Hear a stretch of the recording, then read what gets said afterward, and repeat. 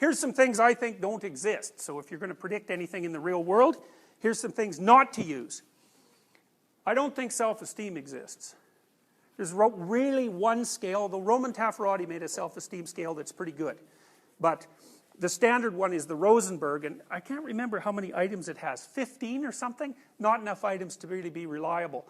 I think there were, yeah, 25,000 published papers on self-esteem. Figure 10 grand a paper, which is, you know, a comparatively conservative estimation. So you can do the math, 25,000 times 10,000. So that's the total amount of research funding that's gone into looking at self-esteem. It's like, well, what's self-esteem? It's a word.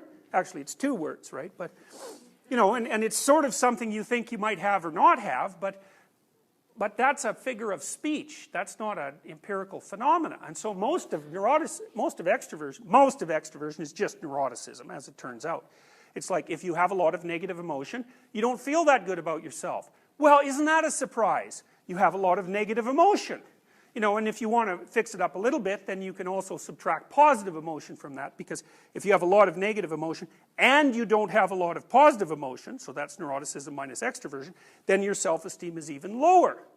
You know, and then maybe over time conscientiousness starts to make a bit of a difference, right? Because if you're conscientious and you work hard, you can start to see that that's paying off, and Taffarati's done some work that seems to sort of indicate that. But, you know, the first thing that happened is everybody went on a self-esteem bender, even though the measures were pretty appalling, and even though you could, you know, model it with the big five. And then one of the things that happened as a consequence of that was that the whole California school system started to teach students self-esteem.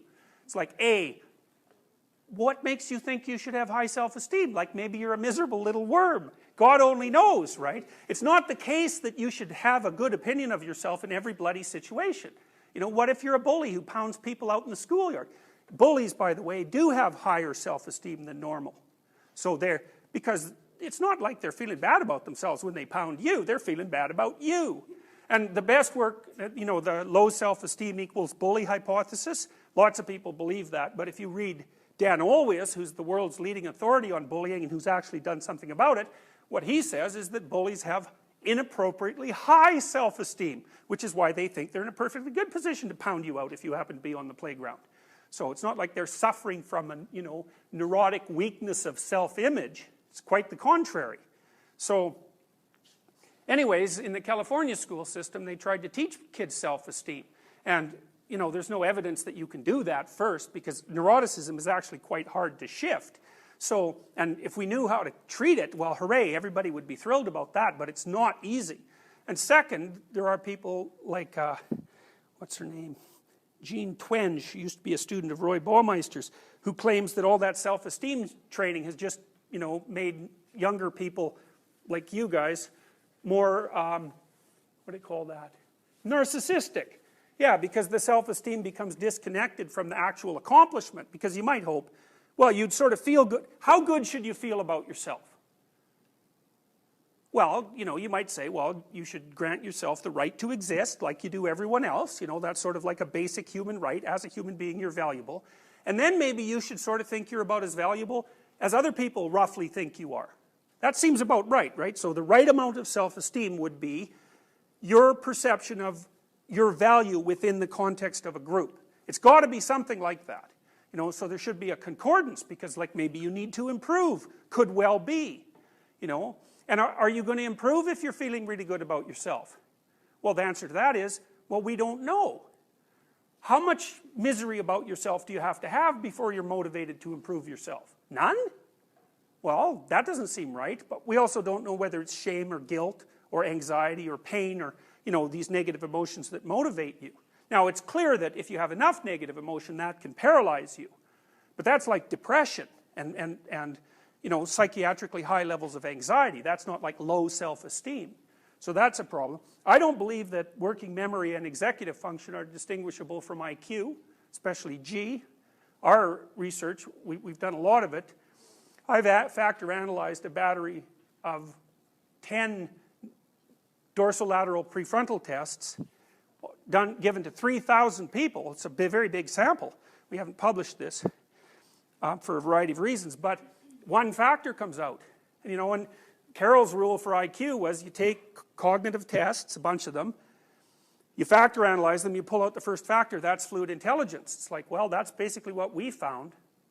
And so, if you look at the correlation between each of the single tests and the first factor, it's only about 0.3 or 0.4. But that's also what you find in IQ tests. You know, each individual test only correlates with the aggregate at about 0.3. But if you aggregate enough of them, you get fluid intelligence, and it's just as solid as a rock. So, emotional intelligence, not only does that probably not exist, because it's agreeableness, you know how you always hear you need emotional intelligence to thrive in the workplace? It's like, turns out that's exactly backwards. Disagreeable people do better as managers in the workplace. So it's actually, if you lack emotional intelligence, you're more likely to be an effective manager. So an emotional intelligence is a great, you know, indicator of sort of pathology and psychology, because it was invented by a journalist. You know, you can't just have some word invented by a journalist and then go make a whole bloody, you know, enterprise out of it. You got to find out if it's really there. And there's not a lot of evidence that it is. And what does it mean anyways? Emotional intelligence. What does that mean? I can infer what you're feeling? Well, is that IQ? Like, are smart people better at that? Or like, am I mirroring you in some way? Or do I care for you? Like, maybe I can figure out exactly what you're feeling and I just don't give a damn. You know, is that still emotional intelligence? Well, I don't know, right? How would you separate that from sympathy or empathy? And what if you're over-sympathetic to someone? Is that emotional intelligence? Like, maybe you feel way too sorry for your children. So it's like you're all empathetic and all that, but you're not doing them any good. Or sometimes you would be, but sometimes you should say, you know, quit whining, go the hell outside. Because that's the right response sometimes. So, these things are not straightforward at all. And of course, emotional intelligence is generally measured with questionnaires. And we know the rule for questionnaires. What's the rule for questionnaires?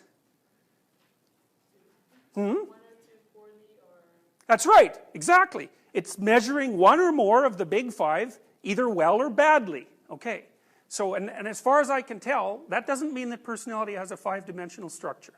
I'm not making that argument, because who the hell knows? I don't think it does, likely, although it's very difficult to say.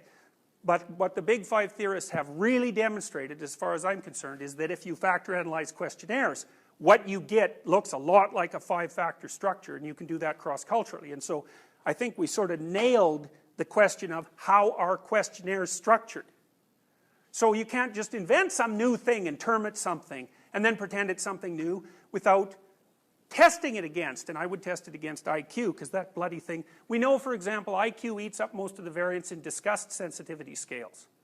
You'd think, well, why would IQ be related to disgust sensitivity? It's inversely related, by the way.